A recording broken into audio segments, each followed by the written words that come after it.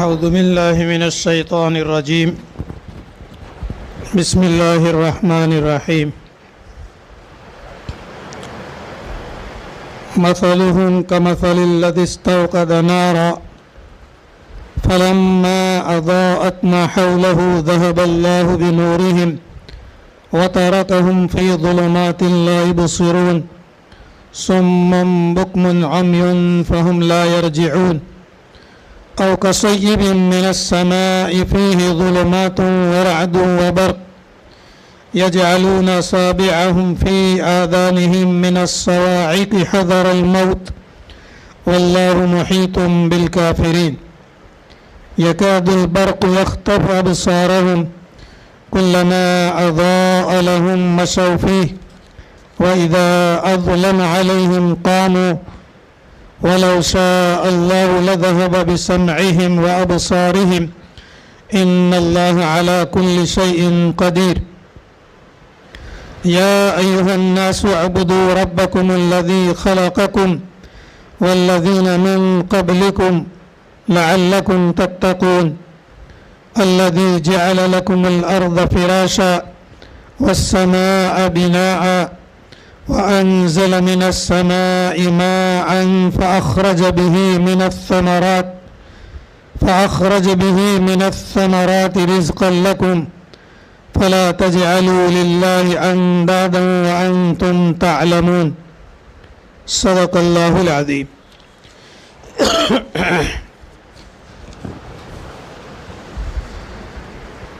اللہ تبارک و تعالیٰ نے ایمان والوں کی صفات 5 آیتوں کے اندر میں ذکر فرمائی. اس کے بعد میں کفر اور شرک والوں کی اللہ تبارک و تعالیٰ نے 2 آیتوں کے اندر میں ان کی صفت بیان کی. تیسرے نمبر پر منافقین ہیں کہ جن کا ایمان ظاہری طور پر اور دل کے اندر میں باطنی طور پر ان کے اندر میں کفر تھا، اللہ کا اور اللہ کے رسول کا انکار تھا. ان کو اللہ تبارک و تعالیٰ نے 13 آیتوں کے اندر میں ذکر فرمایا. ان میں سے 11 آیتوں کی مختصر تفسیر کل تک آپ کے سامنے عرض کی گئی. آج جو آپ کے سامنے تلاوت کی گئی آیتیں، ان میں سے یہ آیتیں ہیں جس کے اندر میں اللہ تبارک و تعالیٰ نے منافقین کی مثالیں بیان فرمائی. مثالیں اللہ تبارک و تعالیٰ اس لیے بیان فرماتے ہیں تاکہ سننے والے کے لیے بات واضح ہو جائے، روشن ہو جائے. اور ایک علمی بات ہے، نبی کریم صلی اللہ علیہ وسلم کی یہ صفت تھی کہ معنویات کو محسوسات کے ذریعہ سے سمجھانا. یہ انبیاء علیہ السلام کا طرز تھا، انبیاء علیہ السلام کا طریقہ تھا، معنویات کو محسوسات کے ذریعہ سے سمجھانا. یعنی معنوی چیزیں، روحانی چیزیں اور عقلی چیزیں اور علمی چیزوں کو ایسی مثالوں کے ذریعہ سے سمجھانا کہ جو محسوس ہوں، جس کو دیکھ سکتے ہیں، سن سکتے ہیں، چھو سکتے ہیں، پکڑ سکتے ہیں، اس کو برت سکتے ہیں، سن سکتے ہیں. ایسی چیزوں کے ذریعہ سے سمجھانا یہ انبیاء علیہ السلام کا طریقہ تھا. فضائل اعمال کے اندر میں، فضائل نماز کے اندر میں حضرت شیخ زکریا نور اللہ مرقدہ نے ایک حدیث ذکر فرمائی ہے، اور یہ احادیث کی کتابوں کے اندر میں بھی وہ روایت آتی ہے. آپ صلی اللہ علیہ وسلم نے فرمایا کہ اگر کسی آدمی کے دروازے کے پاس اگر نہر جاری ہو اور اس نہر کے اندر میں وہ آدمی دن رات کے اندر میں 5 مرتبہ غسل کرتا ہو، تو آپ صلی اللہ علیہ وسلم نے پوچھا هل يبقى من درنه شيء، کیا اس کے بدن کے اوپر میں میل کچل باقی رہے گا؟ تو صحابہ کرام نے عرض فرمایا کہ یا رسول اللہ اس کے بدن کے اوپر میں میل کچل باقی نہیں رہے گا. تب جا کر کے سمجھایا نبی کریم صلی اللہ علیہ وسلم نے کہ یہ دن رات کے اندر میں 5 مرتبہ نماز پڑھنے والے کی مثال ایسی ہی ہے کہ آدمی جب دن رات کے اندر میں 5 مرتبہ نماز پڑھتا ہے تو اس کے بدن کے اوپر میں کوئی بھی گناہ اس کا باقی رہتا نہیں ہے. تو اللہ تبارک و تعالیٰ ایسی معنوی چیزوں کو محسوس چیزوں کے ذریعہ سے سمجھاتا ہے. یہاں پر اللہ تبارک و تعالیٰ نے مثال دی، 2 مثالیں دی منافقین کی، 2 تشبیہ دی منافقوں کی. اس لیے کہ منافقین کے اندر میں جیسا کہ کل عرض کیا تھا کہ بڑے پکے منافق تھے، یعنی پکے کافر تھے. اور احادیث میں اور تفسیر کی کتابوں کے اندر میں آتا ہے کہ ایسے منافقین 12 تھے. اللہ تبارک و تعالیٰ نے ان کی لسٹ فہرست نبی کریم صلی اللہ علیہ وسلم پر نازل فرمائی تھی، اور آپ صلی اللہ علیہ وسلم نے حضرت حذیفہ ابن یمان رضی اللہ تعالیٰ عنہ کو وہ فہرست دے دی تھی، جیسے کل پرسوں عرض کیا تھا. ان کا کفر جو تھا وہ بہت مضبوط کفر تھا. اسلام کے بارے کے اندر میں ان کو ذرہ برابر بھی یقین نہیں تھا، اور اپنے کفر کے بارے کے اندر میں ذرہ برابر بھی شک اور شبہ نہیں تھا. پکے منافقین تھے، یعنی پکے کافر تھے. اور ان کا سردار جو ہے رئیس المنافقین عبداللہ بن ابی بن سلول تھا، یہ کافروں کا سردار تھا. کل بتایا تھا کہ مدینہ منورہ کے اندر میں اس کی تاج پوشی ہونے والی تھی، اور نبی کریم صلی اللہ علیہ وسلم وہاں پر پہنچے، جس کی وجہ سے اس کی تاج پوشی باقی رہ گئی. اس کا بیٹا، اس کے بیٹے کا نام بھی عبداللہ تھا. عبداللہ بن ابی بن سلول کے بیٹے کا نام بھی عبداللہ تھا، عبداللہ بن عبداللہ. اور یہ پکے مسلمان تھے، پکے مومن تھے، نبی کریم صلی اللہ علیہ وسلم پر ایمان لائے تھے. بہت سی مرتبہ آپ صلی اللہ علیہ وسلم کے ذریعہ کوشش کرتے تھے کہ اس کے باپ کی سمجھ کے اندر میں آ جائے. بیمار ہوتا تو حضرت عبداللہ رضی اللہ تعالیٰ عنہ اپنے ابا عبداللہ ابن ابی بن سلول کے لیے پانی دم کروا کے لاتے اور پانی پلانے کے لیے کہتے، اور آپ صلی اللہ علیہ وسلم سے درخواست کرتے.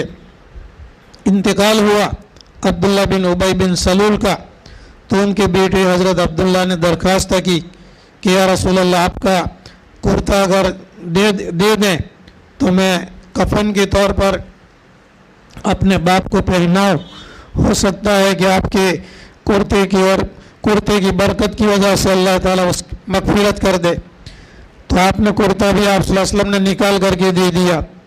اور اس کے بعد حضرت عبداللہ رضی اللہ تعالیٰ عنہ نے درخواست کی کہ یا رسول اللہ جنازے کی نماز پڑھائیں، اس لیے کہ ظاہری طور پر وہ اپنے آپ کو مسلمان ظاہر کرتا تھا، اگرچہ اندر میں پکا وہ کافر تھا. آپ صلی اللہ علیہ وسلم کے اس کے کافر ہونے کا یقین تھا. حضرت عمر رضی اللہ تعالیٰ عنہ کو پتہ چلا تو حضرت عمر رضی اللہ تعالیٰ عنہ نے منع فرمایا، یا رسول اللہ آپ کس کی جنازہ کی نماز پڑھانے کے لیے جا رہے ہیں اور آپ کس کے لیے استغفار کر رہے ہیں؟ نبی کریم صلی اللہ علیہ وسلم نے فرمایا کہ اگر میرے جنازہ کی نماز پڑھنے کی وجہ سے اگر اس کی مغفرت ہو جاتی ہے تو میں اس کے لیے تیار ہوں. یا یہ کہ نبی کریم صلی اللہ علیہ وسلم استغفار کرتے تھے اور اللہ تبارک و تعالیٰ کی طرف سے بعد میں منع کیا گیا. حضرت عمر رضی اللہ تعالیٰ عنہ کے بارے میں علماء نے اور صحابہ کرام تابعین وغیرہ نے لکھا ہے کہ یہ موفق من اللہ تھے. موفق من اللہ کا مطلب یہ ہے کہ اللہ تبارک و تعالیٰ کی طرف سے ان کو توفیق دی گئی تھی. اسی لیے نبی کریم صلی اللہ علیہ وسلم فرمایا کرتے تھے کہ لو کان بعدی نبی لکان عمر، اگر میرے بعد میں اگر کوئی نبی ہوتا تو حضرت عمر ہوتے. عورتوں کے مدینہ منورہ میں عورتوں کے چھیڑنے کا مسئلہ آیا.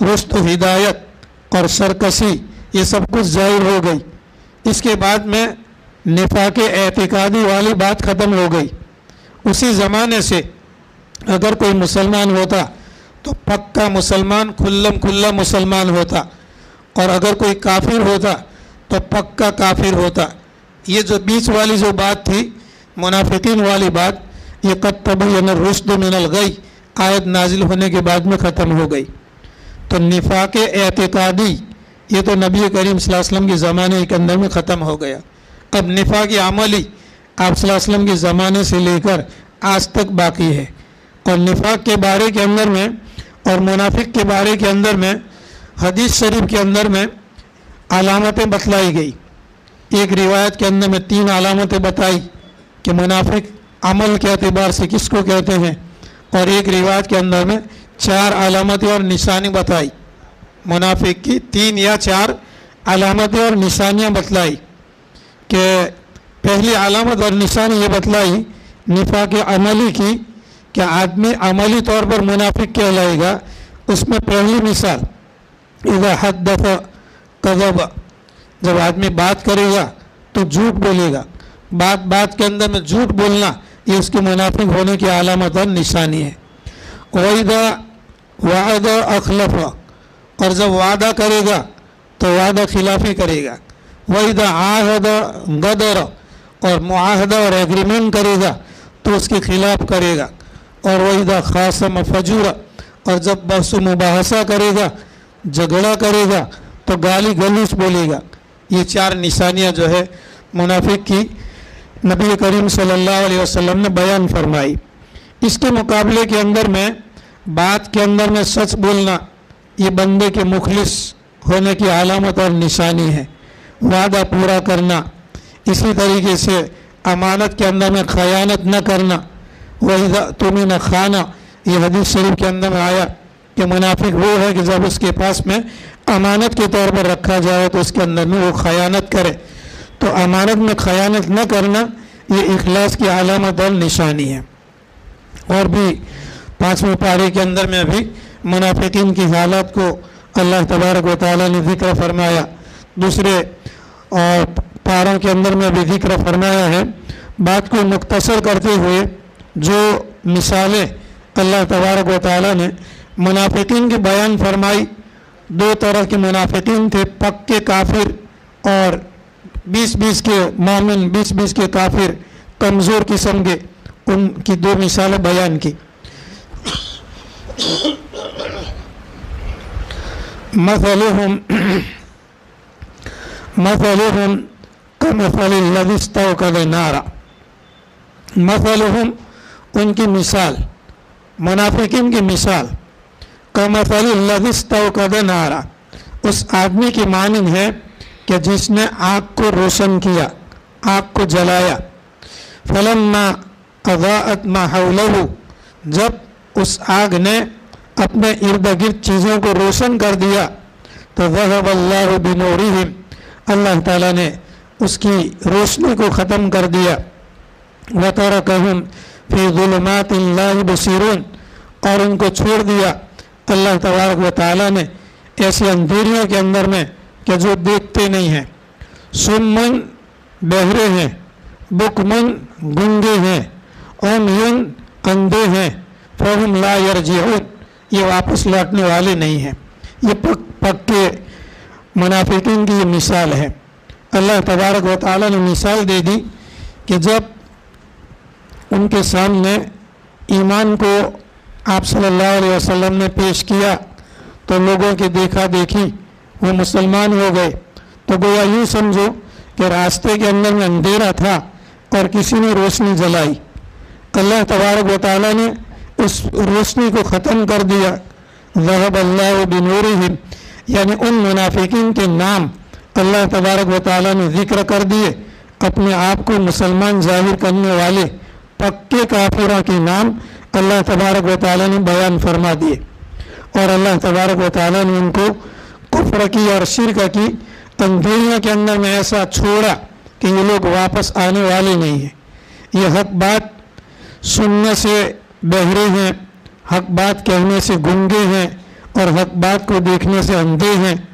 پہلے دن پرسوں بتلایا تھا کہ علم کے آنے کے جو راستے ہیں یہ سارے کے سارے راستے ان کے لیے بند کر دیے گئے، اس لیے فہم لا یرجعون، یہ واپس ہونے والے نہیں ہیں۔ یہ پکے کافر جو اپنے آپ کو مسلمان کہتے تھے ان کی یہ مثال ہوئی۔ دوسری قسم کے جو لوگ تھے منافقین، وہ اتنے درجے کے پکے نہیں تھے۔ واقعتاً مسلمانوں کا غلبہ دیکھتے تو اسلام لانے کو دل کرتا، اور کبھی کافروں کا غلبہ دیکھتے تو پھر اسلام کو چھوڑنے کو ان کو جی کرتا۔ اس لیے دونوں طرح کے اندر میں وہ رہتے، مسلمانوں کی مجلس کے اندر میں بھی رہتے، کافروں کی مجلس کے اندر میں بھی جاتے۔ آپ صلی اللہ علیہ وسلم کی مجلس میں بھی بیٹھتے۔ ایک مرتبہ بعض صحابہ کرام رضی اللہ تعالیٰ عنہم اجمعین نے عرض کیا کہ یا رسول اللہ، آپ کو جب معلوم ہے کہ فلانا فلانا فلانا منافق ہے تو آپ اپنی مجلس کے اندر میں ان کو کیوں بٹھاتے ہو؟ اپنی مجلس کے اندر سے ان کو کیوں نکال نہیں دیتے؟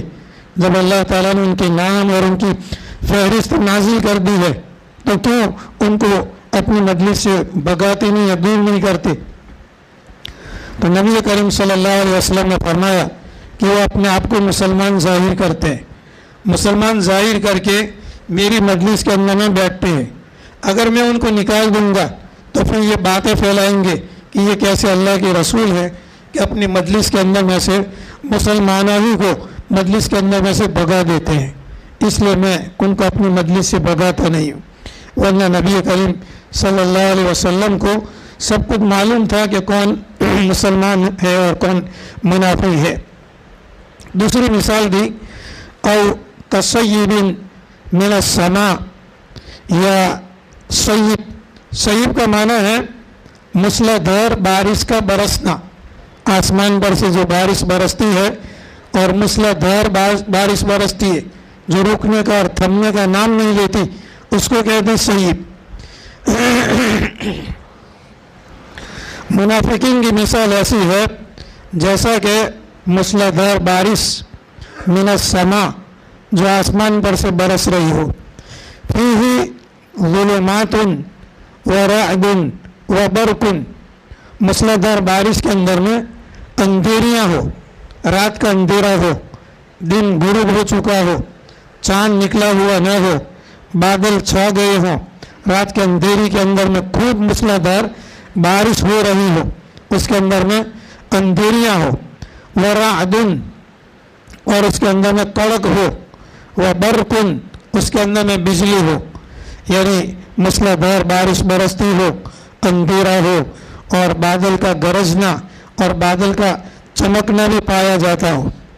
اندھیرے کے اندر میں بجلی کے کڑکنے اور گرجنے کی وجہ سے آدمی ڈر جاتا ہے، اور پہلے بجلی کی چمک ہوتی ہے اور اس کے بعد میں آواز آتی ہے، تو جب چمک ہوتی ہے تو بہت سے لوگ اپنے کانوں کے اندر مغلیاں ڈال دیتے ہیں تاکہ اس آواز سے محفوظ ہو جائے۔ اللہ تعالیٰ نے فرمایا یجعلون اصابعهم فی آذانہم، اپنے کانوں کے اندر میں اپنی انگلیوں کو ڈال دیتے ہیں، من الصواعق کی کڑاکوں کی وجہ سے، حذر الموت موت کے ڈر کی وجہ سے، واللہ محیط بالکافرین، اللہ تبارک و تعالی کافروں کا احاطہ کرنے والا ہے۔ یکاد البرق یخطف ابصارہم،